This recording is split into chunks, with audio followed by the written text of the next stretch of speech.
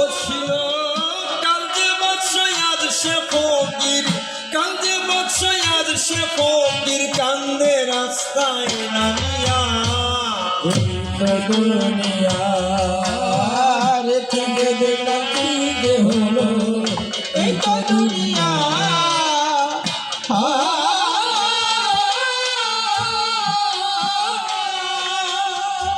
হাসি কান্নার ব্রত নিয়ে চলছে মহাকাল,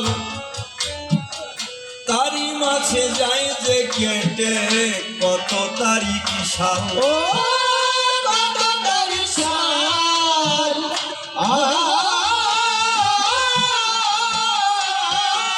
হাসি কান্নার ব্রত নিয়ে চলছে মহাকাল, তারি মাঝে যায় যে কেটে কত তারিখ সাল। ও কত তারিখ সাল,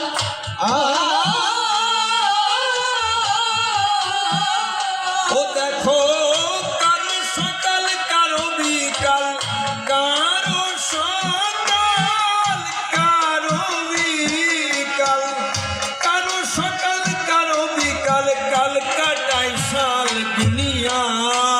এই তো দুনিয়া কি যে দেখলাম কি যে হলো, এই তো দুনিয়া।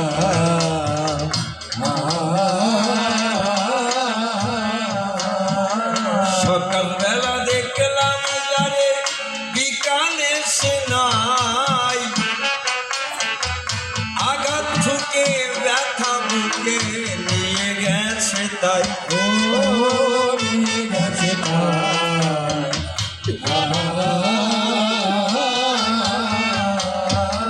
সকালবেলা দেখলাম যারে বিকালে সে নাই, আঘাত ঠুকে ব্যথা বুকে নিয়ে গেছে তাই।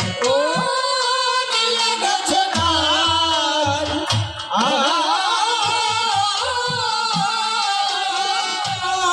ও সে নদীর কূলে নিয়ে সে ঠাই, নদীর কূলে নিয়ে সে ঠাই, কালের ডাক যে শুনিয়া।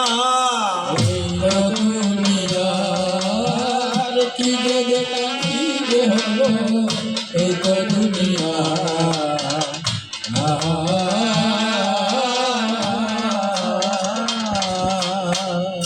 একটুখানি চাওয়া পাওয়া একটু অভিনয়, দিন কয়েকের খেলা ঘরে কেউ তো কারো নয়। ও কিন্তু ভালো নয়।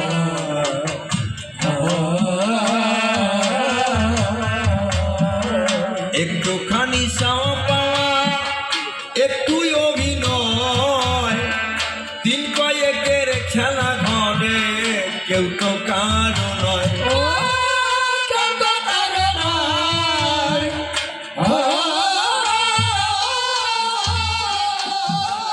ও তবু ঘরে মানুষ আশার আশায়, ঘরে মানুষ আশার আশায়, ঘরে মানুষ আশার আশায়, আসা যাওয়া জানিয়া।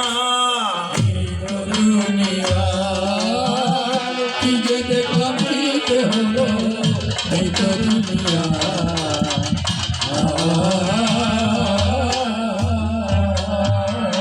বাবা পদকর্তা কত সুন্দর কথা বলছে, কি যে দেখলাম কি যে হলো, এই তো দুনিয়া। ছিল কাল যে বাদশাহ আজ সে ফকির, কান্দে রাস্তায় নামিয়া, এই তো দুনিয়া। সকালবেলা দেখলাম যারে বিকালে সে নাই, আঘাত ঠুকে ব্যথা বুকে নিয়ে গেছে তাই। ও সে নদীর কূলে নিয়েছে ঠাই, কালের ডাক যে শুনিয়া, এই তো দুনিয়া। একটুখানি চাওয়া পাওয়া একটু অভিনয়, দিন কয়েকের খেলা ঘরে কেউ তো কারো নয়। তবু ঘরে মানুষ আসার আশায়, আসা যাওয়া জানিয়া, এই তো দুনিয়া। বাবা এই জগৎ সংসার এগুলো বলি আপনাদিকের ধারে যারাই মায়াময় সংসার এসেছি বিচারে, আমরা কিন্তু সংসার নাটকের রঙ্গমঞ্চে দাঁড়িয়ে অভিনয় করছি। দেখেছেন কোথাও যদি যাত্রা হয়, যাত্রা মঞ্চের পরে খেলা ঘরে কেউ তো কারো নয়।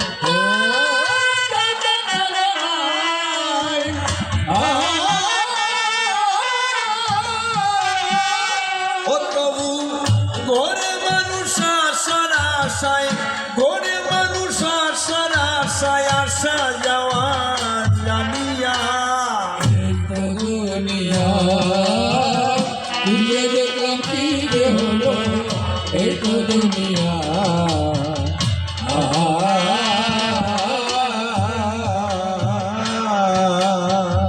মুকুন্দ কয় বুঝলি না রে ওরে অবুঝ মন,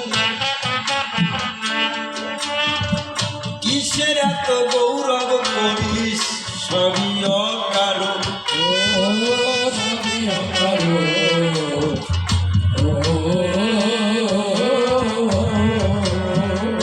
বাবা এই একটা কত সুন্দর কথা বললেন। মুকুন্দ কয় বুঝলি না রে ওরে অবুঝ মন, কিসের এত গৌরব করিস সবই অকারণ। ও তোর সাধন ভজন গুরুর চরণ, লৌরে তাহা জানিয়া এই তো দুনিয়া। আমরা অহংকার করি, আমরা গর্ব করি। আমরা কিসের অহংকার করি? চেহারার অহংকার। আমরা কিসের অহংকার করি? অর্থবিত্তের অহংকার। আমরা কিসের অহংকার করি? সুনাম সুযোগ সুযশ প্রভাব প্রতিপত্তির অহংকার। কিন্তু অন্তরে করি ধারণা, একটা জিনিস মন দিয়ে অনুধাবন করি না যে আজকে আমি যার জন্য অহংকার করছি এই অহংকারটা কিছুদিন পরে আমার নাও থাকতে পারে। অর্থবিত্ত টাকা করি, আজকে আছে কালকে আমার নাও থাকতে পারে। আমার ক্ষমতার বাহাদুরি, অন্তরে করি ধারণা 100 বিঘা সম্পত্তির মালিক। আজকে আমি 100 বিঘা সম্পত্তির মালিক, কালকে আমি ওই 100 বিঘা সম্পত্তি কিন্তু হারাতে পারি। পারি না বাবা? নিমিষের ভিতরে আমার সব শেষ হয়ে যেতে পারে। কিছু না থাকে তুমি কি করবে? আমি যদি না দেই, বলছে তুমি যদি না দাও অন্তরেতে আসে বাবু আমি তোমাকে হত্যা করবো। একদিন বলছে বা বারে ঘটনা কর, কত মানুষ তুমি হত্যা করো, তুমি আমার কথা ধরো। মানুষ হত্যা করে যে অর্থ সম্পদ পাও তা নিয়ে বাড়িতে যাও, তুমি আমার কথা লবে। তোমার যে এই মানুষ হত্যা করে পাপ হয়, তোমার এই পাপের সাজা কি তোমার পিতা মাতাকে বহন করবে?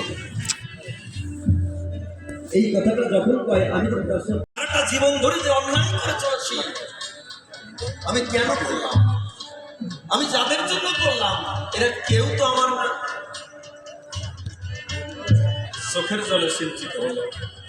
একটা জিনিস জানেন বাবা, একটা খারাপ মানুষ যদি ভালো হয় তার মতো ভালো কিন্তু আর কেউ থাকে না।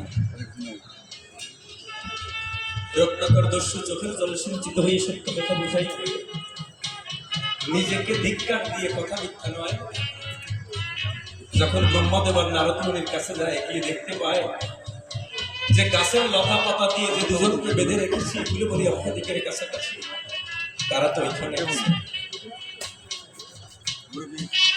লতা পাতা খুলে দিয়ে সত্য কথা বোঝাই দিয়ে হাত জড়িয়ে দাঁড়িয়ে ডাকতে বলেছিল, তাই আমি এতদিন যে অপকর্ম করেছি, আমার যে পাপ হয়েছে, পাপের সাজা আমাকেই বহন করতে হবে। আজ আমার আপন বলে সংসারে আর কেউ নেই।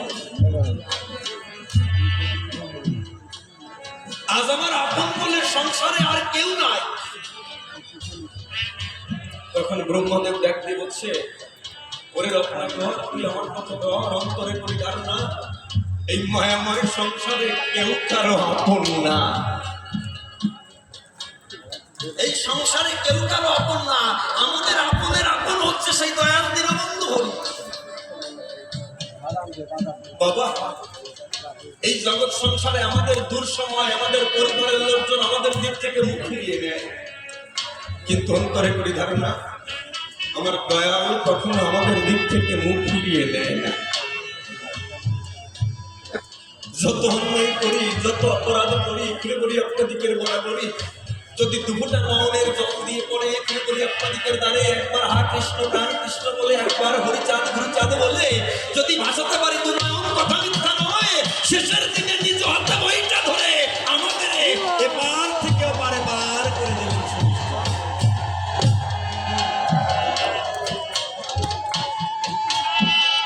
ডাক দিয়ে বলছে রত্নাকর, তুই আমার কথা লবি, তুই রাম রাম উচ্চারণ করতে পারবি? পাপ করতে করতে বাবা জিহ্বা আড়ষ্ট হয়ে গেছে, রাম নাম উচ্চারণ করছে না। হচ্ছে মরা। ব্রহ্মদেব ডাক দিয়ে বলেছিল, তাই হলে নামের গায়িকা শক্তির জোরে কথা মিথ্যা করে তুই আমার কথা লবি, এই মরা মরা উচ্চারণ করতে থাক, একদিন তুই রাম নামে মুক্তি পেয়ে যাবে। তাহলে এই কথাটা বললাম কেন? এই জগৎ সংসারে ঘুরে ঘুরে আপনাদের ধারে আমার পিতা মাতা পর্যন্ত আমার এই পাপের ভাগ কেউ গ্রহণ করবে না। তবে হ্যাঁ, ওই যে কথাটা বলেছি, গ্রহণ করবে কে? আমার গুরুদেব, আমার চেতন গুরু। সে কিন্তু বাবা শিষ্যের সমস্ত কিছু বহন করে, তাই না? শিষ্যের সমস্ত কিছু বহন করে।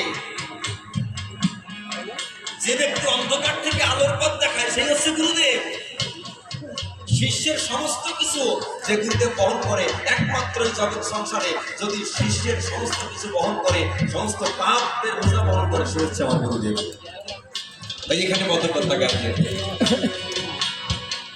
মুকুন্দ পাই বুঝলি না রে ওরে অবুঝ মন,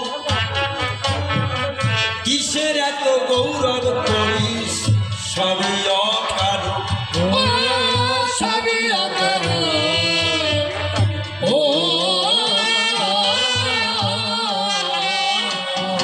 ও তোর সাধন ভজন গুরুর চরণ, সাধন ভজন গুরুর চরণ, সাধন ভজন গুরুর চরণ রে তাহা জানিয়া।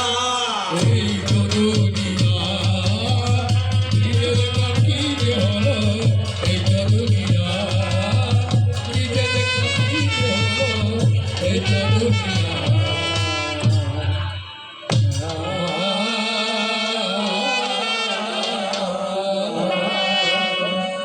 প্রণাম করি তোমায় তারা, তুমি আমার নয়ন তারা দূর করে দাও সকল অন্ধকার। আমি অতি মতি না জানি ভক্তি স্তুতি কৃপা করে বড় মনে পার। স্মরণ করি পরমের যার নাম বদলি আসেন বেদনাই পরিবার পারে, যার নাম নিলে নাকি অন্ধ পায় দিব্য অক্ষে বোবাই করে বেদ উচ্চারণ। যত সব সাধুগুরু বৈষ্ণবের আগমনে এসেছেন আমার প্রাণের কৃষ্ণধন বা হরিধন। তাই তো এই ব্রজের ধুলি মাটি আমরা কেন কালী পূজা দিই, পূজার শেষে আবার কেন কবি গানটা দিই? হে তার গোসাই, তুমি আমার কথা নাও, এই পূজার পরে কেন কবি গানের আয়োজন করতে হয়? আর কলিতে তো কালী পূজা নাই, তাই পূজা দিয়ে আমরা কি পাবো গোসাই? তুমি আমার কথা বলবে। এই কালী তত্ত্বের আলোচনাটাকে সুন্দর করে আমাদের সবাইকে বোঝাবে। প্রথম প্রশ্ন। দ্বিতীয় যে প্রশ্নখানা সভাপতি করেছিল যোজনা, বসে শুনেছেন জ্ঞানীজনা। ডাক দিয়ে বলছে আমার বিদ্যমান যে তার গোসাই, তুমি আমার কথা নাও, তুমি কালী ভক্ত ছিলে, তুমি কৃষ্ণ ভক্ত ছিলে, আবার কালীর বরে তুমি জন্মগ্রহণ করেছিলে। কালীর বরে জন্মগ্রহণ করেছো কথা মিথ্যা নয়। আবার সেই মা কালীকে ত্যাগ করে, কৃষ্ণকে ত্যাগ করে মতুয়াদের বাজারে গিয়ে পড়ে আবার তুমি হরিগুণ গাও। তুমি আমার কথা লবে, এই মতুয়াদের বাজারে তুমি কেন গেলে? কেন কৃষ্ণ তত্ত্বটাকে বাদ দিয়ে হলে গেলে? তুমি কেন মা কালীর ছেলে সেই কথা বলি খুলে মা কালীর আশীর্বাদ পুষ্ট কথা মিথ্যা নয়, তাহলে সেই মা কালীকেও বাদ দিয়ে তুমি কেন মতুয়াদের দলে যাও? তুমি আমার কথা লবে, এই সমস্ত ত্যাগ করে, মায়ের পূজা ত্যাগ করে, মনসা ত্যাগ করে ঘুরে ঘুরে তোমার ঠাই আমি তোমার কাছে জানতে চাই, তুমি আমার কথা লবে কেন তুমি মতুয়াদের ভিতরে গিয়ে জয় ডাঙ্কা নিয়ে হরিবল হরিবল বলে জগৎটাকে মাতালে? তুমি আমার কথা নাও, এইটা একটু সুন্দর করে বোঝাও, কেন তুমি ওই দলে গেলে? এখানে থামেন, এই ডাক দিয়ে হচ্ছে আমারটাই এই জগৎ সংসারে করে বলি তোমার দ্বারা অন্তরে করি জানো না, পূর্ণ ব্রহ্ম পূর্ণানন্দ কখনো কোনোদিন সাকারে পৃথিবীর বুকে আসে না। পূর্ণ ব্রহ্ম যিনি ন যায়তে, বেদের ভাষ্য ন যায়তে মৃয়তে বা বিপর্ষিত নায়ন্তে দর্শিত নবরূপ করছিত, এই বেদ প্রতিপত্ত ঈশ্বর যিনি জগৎ মধ্যে জন্মে না মরে না, তিনি অজর অমর অব্যয় শাশ্বত চিরন্তন। তাহলে খুলে বলি তোমার বিদ্যমান, তুমি আমার কথা লবে। ঈশ্বর থাকে নিরাকারে, খুলে বলি তোমার তারে, তুমি আমার কথা নাও। কেমন করে সেই নির্গুণ নিরাকার ব্রহ্ম, পূর্ণ ব্রহ্ম পূর্ণানন্দ আবার পোড়াকাদির বাজারে এসে উদয় হয়? কেমন করে পূর্ণ ব্রহ্ম পৃথিবীর বুকে আসে? খুলে বলি তোমার পাশে, তুমি আমার কথা না, এইটা একটু সুন্দর করে বোঝাও। তুমি তো নিজেই লিখে দিয়েছিলে পূর্ণানন্দ পূর্ণ ব্রহ্ম, কেন লিখে? এখানেও থামে নাই, তারপরে ডাক দিয়ে বলছে আমার থেকে কথা বলা বুঝতে পারো কি?